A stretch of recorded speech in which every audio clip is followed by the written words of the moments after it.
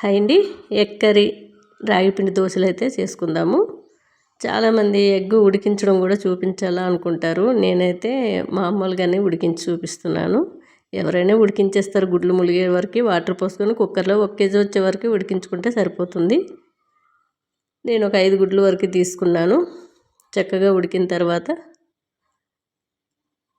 ఇలా మీరు చాక్తోనైనా ఘాటులా పెట్టి వండుకోవచ్చు.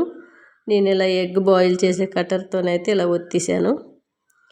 లేదనుకుంటే మనకి కీమాలా కూడా కొట్టి చేసుకోవచ్చు, బాగుంటుంది. ఇలా గ్రేవీలా చేస్తే దోశల పైకి చాలా బాగుంటుంది.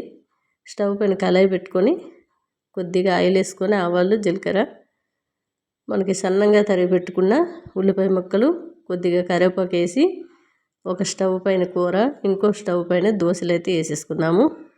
దోశల పైన పెట్టుకొని నాన్ స్టిక్ది అయితే ఈ దోశలకి చాలా ఈజీగా బాగా వస్తాయండి.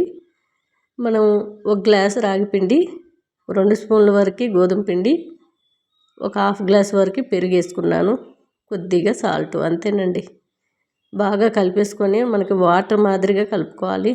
మనం డైలీ మినప్పప్పు దోశల కంటే కూడా పలచగా ఉండాలి, అప్పుడే ఇలా వస్తాయి దోశలు.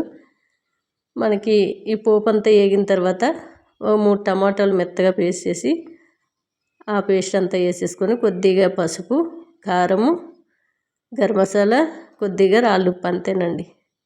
బాగా కలిపేసుకొని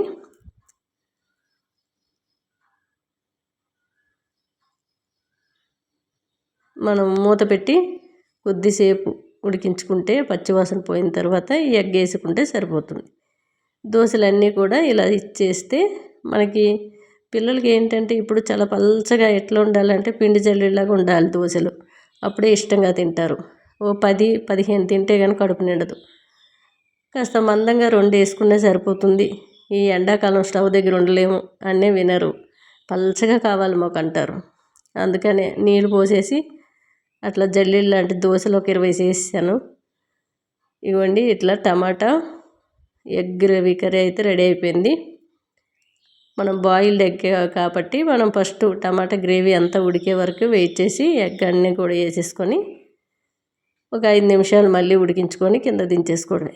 చూసారు కదా, ఈ పిండి జల్లీలు లాంటి దోశలకి ఆ ఎగ్ కర్రీ పెట్టుకొని తిని కడుపు నింపేసుకుంటారనమాట మా ఇంట్లో. టేస్ట్ అయితే చాలా బాగుంది. నచ్చితే ఎవరైనా ట్రై చేయండి. దోశలు అయితే అదిరిపోయినాయి. ఇంకా